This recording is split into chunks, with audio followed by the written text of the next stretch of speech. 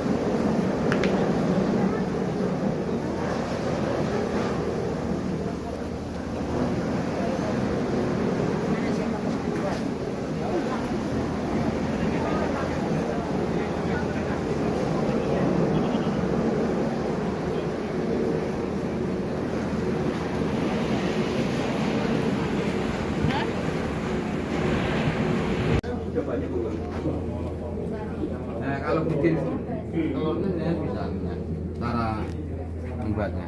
Itu Pak, ini udah siklus Pak. Oh, siklus. Ini udah siklus sendiri.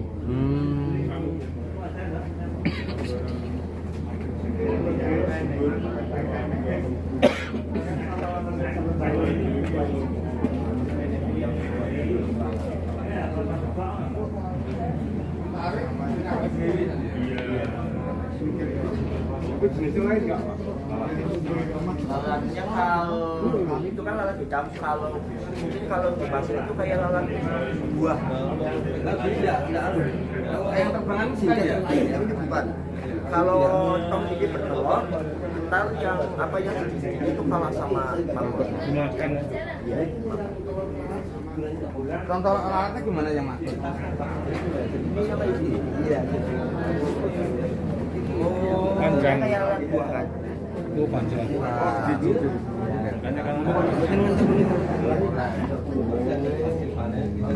Berapa hari umurnya ini? Umurnya paling lama itu 4 hari. 4 hari itu udah Selesai kan? Berarti 4 hari dia nelur ya? Iya. Nah, lalari yang kedua lah, pertanyaan kedua. Bisa nelur bisa enggak. Kalau tempatnya agak bau, bisa nelur. Masalahnya ini kan yang bikin ini apa Pak? Ini kan ini Iya. yang mengurai sampah kan? Iya. Yang mau sama kan takutnya.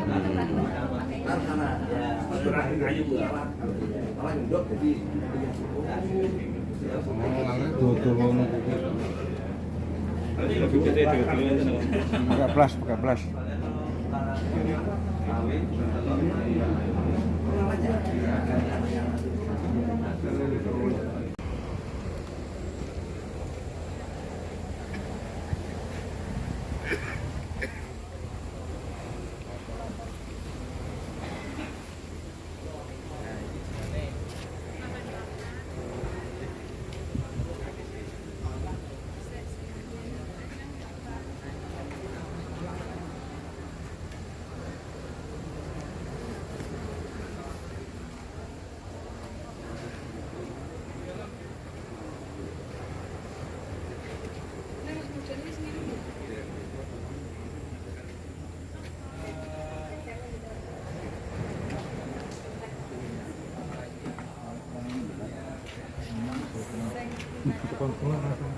Saya bar tahun kemarin, kalau Magelang kan tidak minggu ini enggak. Kembang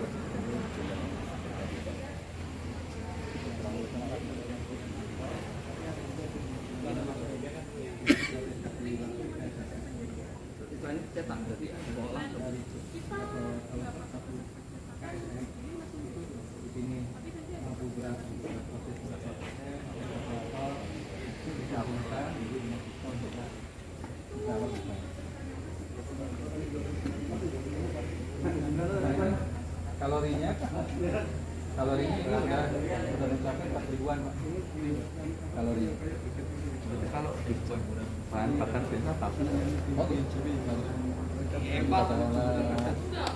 ya ini rumah tangga ya bagus cuman kalau untuk masak kita belum rekomendasi karena kan takutnya ini kan Racun. sampah kan. Nah itu kan kita belum tahu nih apa kandungan sampah itu di situ ada apa gitu kan.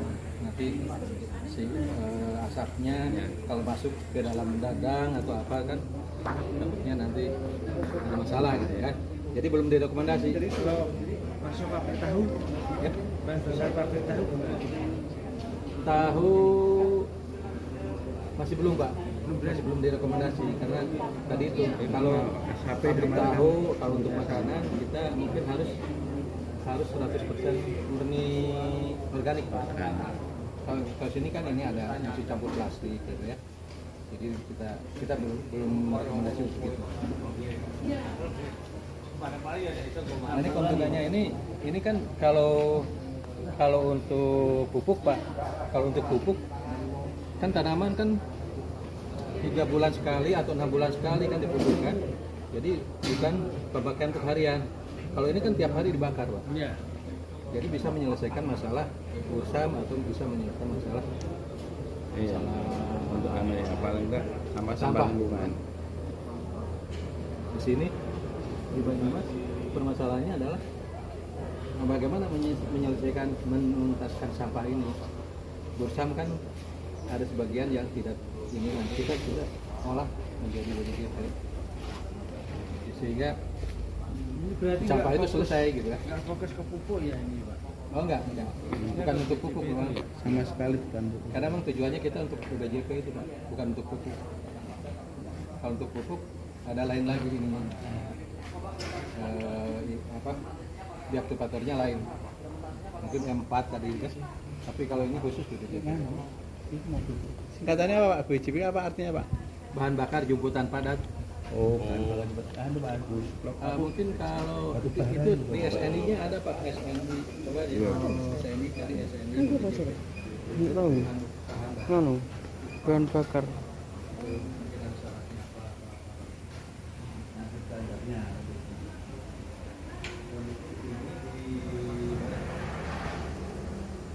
Di Banyumas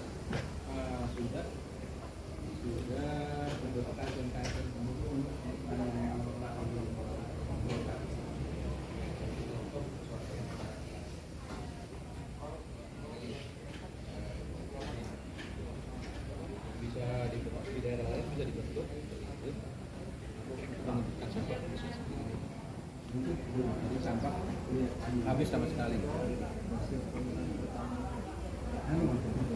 Bubur sampah apa? Bubur sampah organik itu.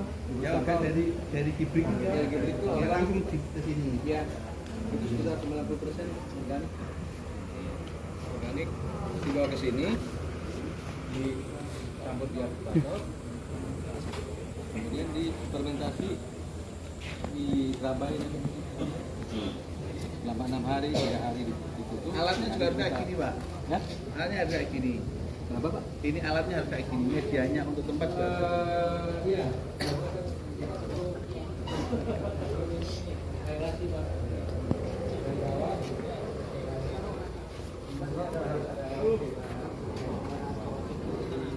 Jawa Timur, yuk terusan deh yuk. Yuk pamit.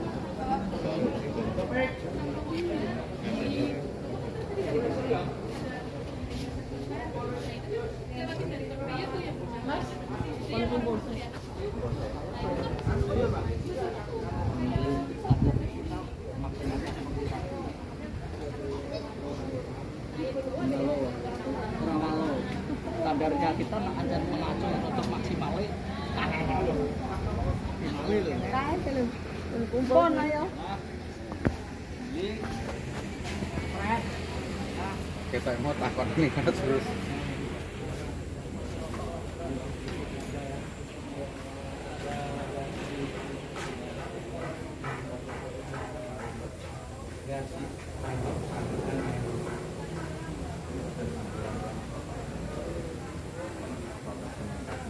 Enggak hanya campuran, cuma dikasih aplikator aja. Airan itu ya. Airan dua.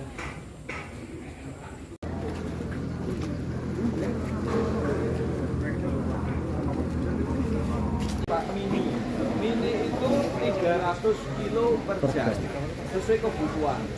Mesin itu Bapak lihat sendiri memisah antara organik sama anorganik sudah selesai.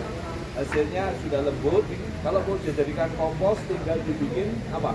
Ditambahin R4 atau BK sudah jadi kompos. Kan berbeda di sana tadi kan masih kata. Ya, memang berbeda. Gitu. Atau pakan maggot itu langsung diberikan di kandang maggot di belakang. Gitu.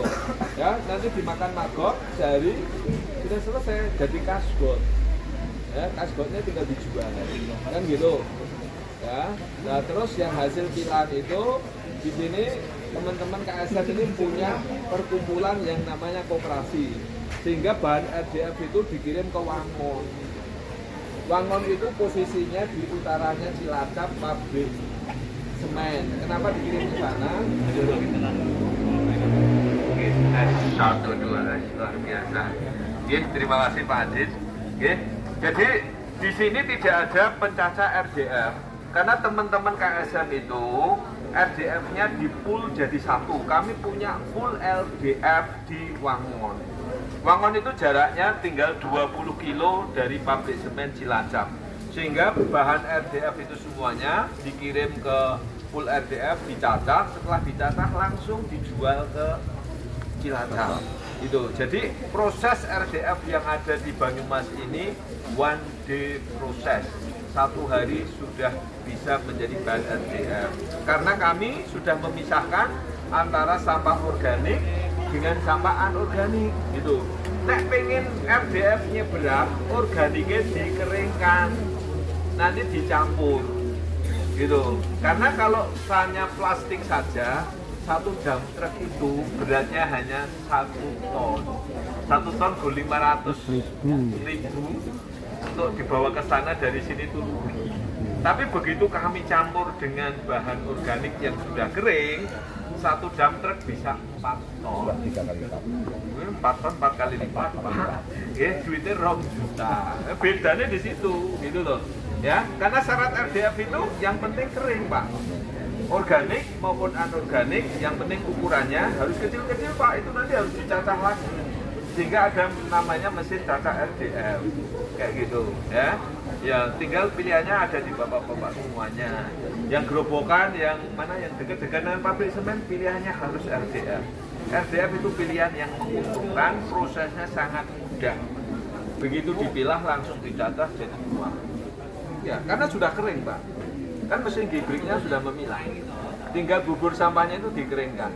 Kalau yang ada PLTU di belakang sana itu ada proses pembuatan BPJP, bahan bakar jumutan padat. Itu dari sampah organik yang bubur sampah itu, Pak. Bubur sampah itu dikeringkan, ditambahi sama bioaktivator supaya kalorinya nanti naik, dikeringkan terus dikraser. Setelah dikraser dicampuri dengan cacahan plastik, Pak. Karena kalau hanya bubur sampah kalorinya kurang lebih sekitar hanya 3.000.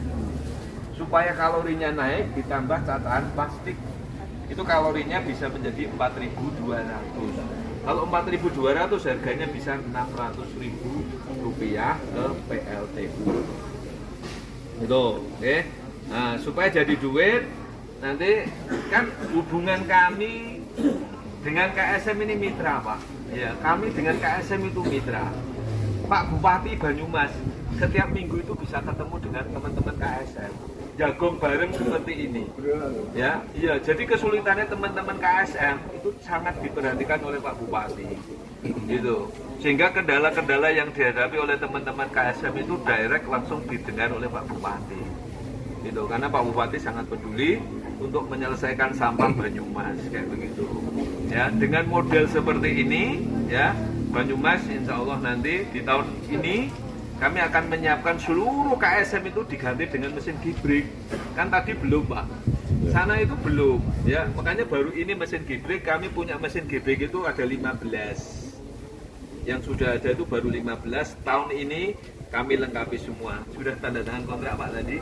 Ya, jadi ya minggu depan kami sudah distribusi ke seluruhnya. Karena hasilnya kan berbeda. Yang di sana masih banyak middle, masih banyak residu. Kalau di sini sudah selesai, Pak. Oke, ya. Jadi saya pikir itu tambahan dari saya di sini, minimal bapak-bapak bisa membandingkan mesin yang sana dengan mesin yang di sini. Itu semuanya tergantung dengan jumlah sampahnya tadi.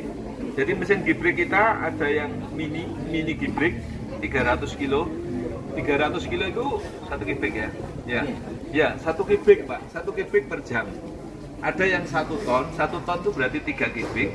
Ada yang 1 dump truck itu yang ini. Itu kapasitasnya 2 ton per jam. Ya. Nah, itu saja. Mas Adi, terima kasih. Ini bapak-bapak masih nginep di sini, Bob? Ya, saya pengennya semuanya nginep di sini. Nanti bisa melihat Menara Pandang, bisa piknik nang Batu Raden, kayak begitu. Ya, bisa melihat Gang Sajan. Oh, tutup. Ada yang mau disampaikan kira-kira dari kunjungan pertama, kedua? Ya, tadi ke TPA BLE, terus ke Rawalo, terus ke sini, minimal ada gambaran. Kalau TPA BLE tidak bisa direplikasi, larang. Ya, yang paling bisa ini. Oke, monggo, Pak. Untuk kebutuhan listrik dari masing-masing mesin itu berapa wattnya? Ya, ini ada Pak Kabid, yang jawab Pak Kabid. Karena yang tahu listriknya kan Pak Kabid. Monggo, Pak. Oke. Assalamualaikum warahmatullahi wabarakatuh. Oke, langsung saja Pak, untuk mesin gibrik yang kapasitas 2 ton per jam ini membutuhkan listrik 20 kVA. Ini, sehingga kalau kita pakai listrik PLN, kita harus pasang daya yang 33 kVA. 33.000 watt. Untuk biaya bulanan ini Pak Wahid di sini sekitar 500. Kalau 1 bulan kami 3 juta. 3 juta. Sehari 1.000, Pak. 100.000, Pak. Ini kita lebih efisien dibanding menggunakan bahan bakar solar ketika pengerasnya menggunakan diesel, Pak. Seperti itu. Murah lah, 1.000 sedina. Bapak, ada yang mau ditanya lagi, Pak? Bapak. Mohon maaf, dari awal kita berangkat menuju ke yang besar, terus yang terakhir di sini, ini semuanya sudah berjalan, Pak. Sementara kita di Kabupaten Tegal baru, Pak, ini baru, Pak. Sama sekali ini baru pertama kali. Tegalnya di, Pak? Tegal iki. Selawi nih, Pak. Dan itunya belum ada, Pak. Di TPS pos besarnya pun nggak ada, hanya pembuangan dan akhir lah itu gitu. Ya. Akhir. Nah, sementara untuk kelanjutannya, ketika kita bantuan itu sudah datang, kelanjutannya itu bagaimana? Artinya ketika kita sudah memilah ini yang organik, ini anorganik. Nah, ini anorganik ini yang mau dibawa kemana? Nggih. Mau diapain? Nggih. Jadi problemnya teman-teman KSM setelah dipilah itu mau jadi opo kan itu, oke? Makanya kewajibannya DLH harus mencarikan obstacle. Ya, kami sudah sampai ke Tegal, Pak. Oke, kemarin Pak Bupati kami diundang oleh Ibu Bupati, Bu sama itu, ya Bu Umi, kayak gitu. Kita sudah diskusi banyak. Saya juga diajak ke sana kayak begitu. Bangunan-bangunan yang ada di sana juga ada gitu, sudah direncanakan untuk ya minimal membuat bangunan seperti ini, kemudian melengkapi sarana prasarana yang ada di Kabupaten Banyumas. Memang Pak Mokhtar ya berencana untuk koordinasi ke Semen Palimanan. Cuma Semen Palimanan, cuma nanti jarak dari Tegal sampai Cirebon itu kira-kira berapa kilo? Nanti kan ada hitung-hitungan bisnisnya, Pak. Untung 10.000 itu sudah untung, Pak. Sampai entek, Pak. 10.000 per kubik atau per ton itu sudah dianggap untung, Pak. Gitu loh. Sampai kan entek, Pak. Oke. Jadi sampah habis itu tidak ternilai dengan uang, Pak. Gitu. Jadi bagi pemerintah daerah tidak mengharapkan uang dari teman-teman KSM. Kalau toh ada uang yang ratusan juta, teman-teman KSM ini yang menikmati. Kami tinggal mencarikan jalan, kami mencarikan solusi bagaimana tercipta obstacle ini pembeli produk olahan dari teman-teman KSM. Contoh misalnya rongsok. Rongsok ini kesulitan atau tidak? Ya. Terus nanti hasil rongsok itu kan macam-macam. Ada yang plastik kresek, ada plastik putih dan lain sebagainya. Kebetulan di sini ada pabrik plastik. Oke, jadi pabrik plastik itu menerima hasil pilahan dari teman-teman KSM, baik yang kresek, yang hitam, yang warna-warni maupun yang putih. Harganya 1.300 per kilo, itu bisa masuk ke sana. Kemudian yang rongsok yang lain, yang botol dan lain sebagainya, mereka sudah ada para pengepul rongsok. Banyak sekali kalau pengepul rongsok. Oke, kemarin saat hari peringatan sampah di provinsi itu dari Adobe juga datang. Ya, Adobe itu asosiasi daur ulang plastik Jawa Tengah. Itu mereka siap untuk memfasilitasi manakala teman-teman KSM dan lain sebagainya kesulitan untuk menjual bahan rongsoknya. Gitu. Kalau jual rongsok itu saya pikir nggak ada masalah. Yang bermasalah itu yang di sana. Gitu, ya. Karena itu spesifik. Gitu. Itu harus pabrik plastik, pabrik semen kayak gitu yang bisa untuk bahan RDF atau PLTU gitu. Tegal apakah lebih dekat ke Batang atau lebih dekat ke Cirebon? Pilihannya kan itu. Kalau lebih dekat ke Batang berarti masuknya ke PLTU. Kalau PLTU nanti larinya adalah ke BPJP. Bubur sampah itu bisa diproses menjadi bahan bakar jemputan padat yang nilainya lebih tinggi harganya daripada RDF. Cuma prosesnya agak ribet sedikit kayak begitu, tapi kan laku gitu ya. Itu awalnya, Pak, ketika kita sudah berjalan itu untuk masuk ke TU-nya itu. Jadi memang ada ininya. Ya, jadi kami mengawali itu ya memang kami itu bukan berdarah-darah, Bu. Kami selalu mencarikan solusi kayak gitu. Pak Bupati kami juga peduli.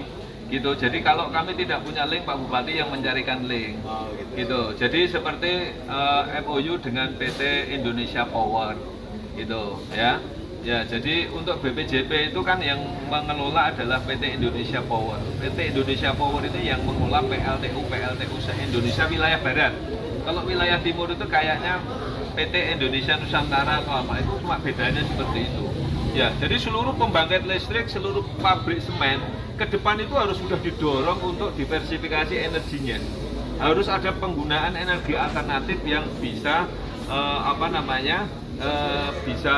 bisa mengatasi permasalahan yang ada di daerah, terutama masalah sampah, baik pabrik semen, kayak gitu, sehingga tidak sulit. Kalau nanti ya harusnya memang pemerintah, gitu. Nanti yang MOU yang menjembatani adalah pemerintah, gitu. Nanti Pak Mokhtar bisa berkoordinasi dengan pabrik semen atau Pak Bupati. Biasanya Pak Bupati, MOU itu Pak Bupati. Kami yang MOU Pak Bupati. Itu Pak Bupati MOU dengan PT SBI Cilacap, Pak Bupati MOU dengan PT Indonesia Power. Itu nanti ditindaklanjuti dengan PKS, perjanjian kerjasama business to business. Gitu, oke.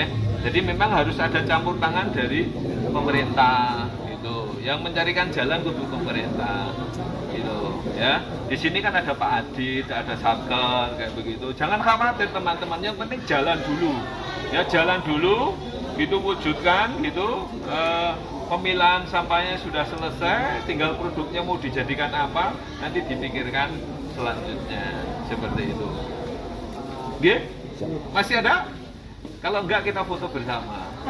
Ya, Pak Wakil itu sudah foto dengan Ibu Menteri Lingkungan Hidup. Ya, Pak Wakil itu sudah foto dengan Satwapres. Ya, ya itu sekretariat Wakil Presiden itu udah sampai sini. Iya, iya. Sampah ya. Iya.